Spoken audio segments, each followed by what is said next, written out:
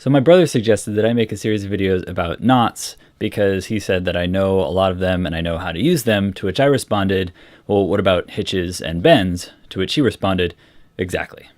I decided it was an interesting idea and, well, here I am. First and foremost, I am sure that there are tons of videos on YouTube about how to tie different knots, and that's fine. I'm still gonna do it.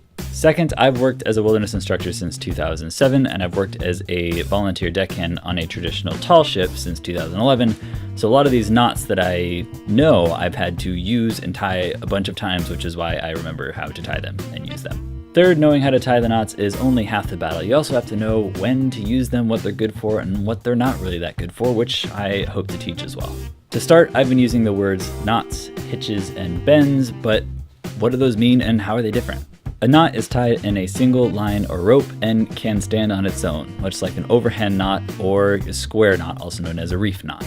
A bend is similar to a knot, but it ties two lines or ropes together, and many are tied in a similar fashion as their knot counterparts, such as the reef bend or the bowline bend. And finally, a hitch connects a rope to something else in a way that if that something else wasn't there, the hitch would fall apart, such as in this clove hitch.